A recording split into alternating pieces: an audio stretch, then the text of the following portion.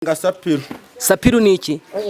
Ni inzoga zivaga hakurya muri Kongo na za Kinyundo, zino nzoga z'ingorano nyine. Izo nzoga rero zimeze zite? Izo nzoga nyine nizo bamaraga kunywa, yagusanga ngawe ku muhanda bitewe nuko aba afite ayo mafaranga utaronze, ugasanga kwiyengejeho bitewe n'ubwo bushobozi afite, ugasanga ejo dabana arakujanye. Izo nzoga zituruka hehe? Zimwe zituruka muri Kongo, izindi zigakorerwa mu Rwanda. Zimwe zituruka muri Kongo, izindi zikorerwa hano mu Rwanda. Izikorerwa mu Rwanda ni izihe? Izikorerwa mu Rwanda ni Kinyundo, wenda kiretse zira za Burarirwa za Mitsingi, wenda na zira Redi Warage. Iziva muri Kongo ni izihe? Iziva muri Kongo ni zira nyine za Sapiru. Mama, inzoga twumva ko zituruka mu mipaka ariko mu buryo butemewe. Buryo butemewe zikaja mu tubare tumwe na tumwe. Ubwo rero twe tubare buriya nitwo turiza amabo bazinywa bagasinda, bakaba aribo bagenda barahohotera abandi. Hanyuma izo nzoga ziturukaho zitwa ngo iki? Sapiro na Kanyanga. Nyacyundo ni iyihe? Ni Nyacyundo? Kinyundo. Kinyundo mbese zigeraga ino zitwa urwagwa, zitwa Kinyundo biterwa n'amazina bazihimbye, ariko burya rwitwaga urwagwa. Ariko rutandukanye n'urwagwa rusanzwe rw'ibitoki. Zirabunzwa zimwe mu mamodoka, izindi zigakorwa zigakorerwa inaha. Kinyundo ni inzoga rero ikorwa mu ki?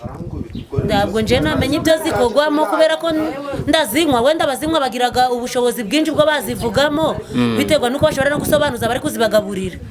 Nje ndabwo namenye uko zikorwagamo. Ibyo bwenge byekeye ku rumogi. Iyo bamaze gusoma ku rumogi nabwo barasara cyane, mutwe ubwongo bukava ku gihe bukimukiraho butagombye kuba. Ubwo rero ubwo rumogi nabwo rutuka bita muri Kongo. Iyo baciye bakaruza nino bagenda bakarucuruza, ubwo abafite amafaranga bakagura bakajya kunywa, bamwe bamara gusinda bakajya gutobora amazu, abandi bakajya mu myaka iteze bakayirandaguza bari kuyiba. Bahura nawe ufite telefone basinze ndibotinya kuyisamuza no ku manywa Nyaruhango banze bakiruka. Imeze ite? Umusukari yino y'ibisheke. Hanyuma bikagenda gute?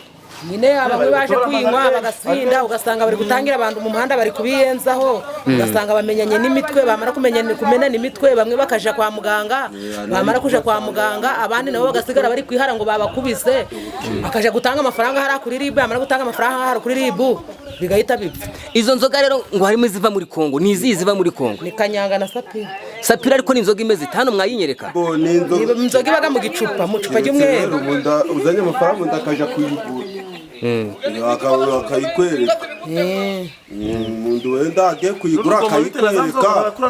Ari mfite ningaguca ko ushobora guhuraga n'umuntu umugabo ngaguca bino byari yacu yaje yarangiza wa mugabo akaguhohotera akagutuka, yamara kugutuka akavuga ati bitewe nuko afite amafaranga, akagenda kuri RIB, yamara kuja kuri RIB agatangaho ga amafaranga, ugasanga baraje mutanashwanye ngo wamusuzuguye, bigatuma bahita bakujana kugufunga ukazira ubusa hejuru y'ibibindi.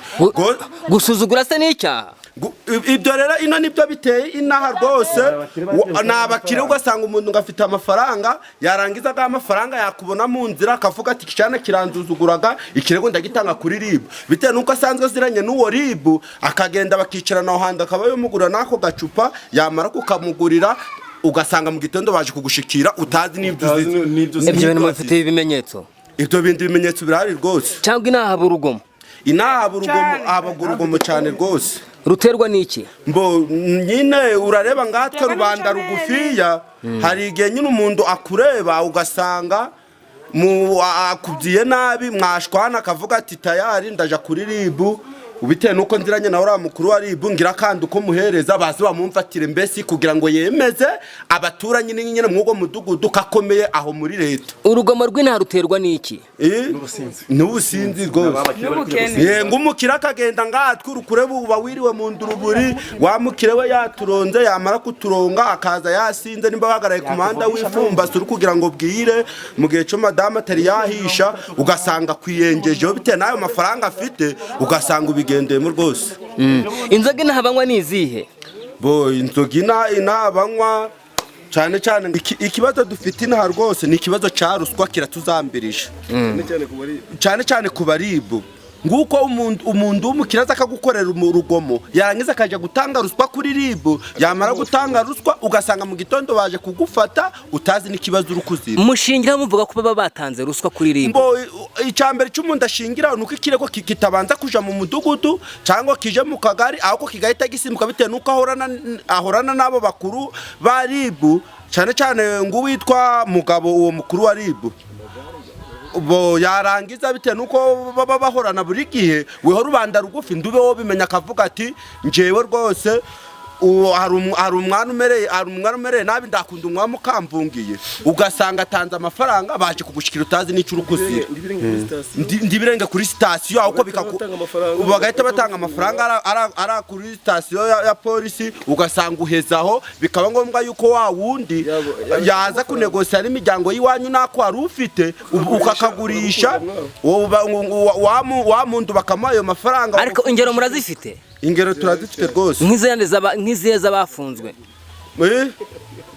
mbo wa mbere nganje no kwiheraho kuko icambere mbo ngejo bundi mberutswe kugenda muri ubwo buryo hejuru y'icyo kibazo cyaruswa nese katari gubusa yanshingiye ku byo mba narabonye navuga ko gihari ko niba umuntu afungwa ndacyaha yakoze akagera kuri sitasiyo bamara gutanga amafaranga iwabo bakabona gufungurirwa hatarajya mu rukiko wenda ngo aburane ngo azahure n'ubugenzacyaha cyangwa n'ubushinjacyaha nganyure mu rukiko nta kuntu bava ko idahari. Niba umuntu agufunze ndakuburanisha kuri telefone hari abaturage cyangwa se hari abayobozi bagenzi be agahita gufata agushimuta akagufunga biba bisobanuye ko ndacyaha wakoze kigaragara. Bivuze ngo rero nta kuntu bavuga ko atari ruswa. Niba umuntu agutwara umuntu runaka kurusha amafaranga araje aragufashe barakujyanya ukamenya icyo uzira wageze muri prison ntabwo uba ufite ubushobozi bwo kwisobanura kuko ubufunzwe muri kasho. Ubwo rero bigenda bite umuryango wanyu uje ukanegosiya bakahawa wa muntu wagufatishije amafaranga wowe ubona bagufunguye gusa wabwiwe n'iki atari ruswa batanze amafaranga utigeze nta n'icyaha wakoze. Nje numva ko rwose ko iyo ruswa ihaba.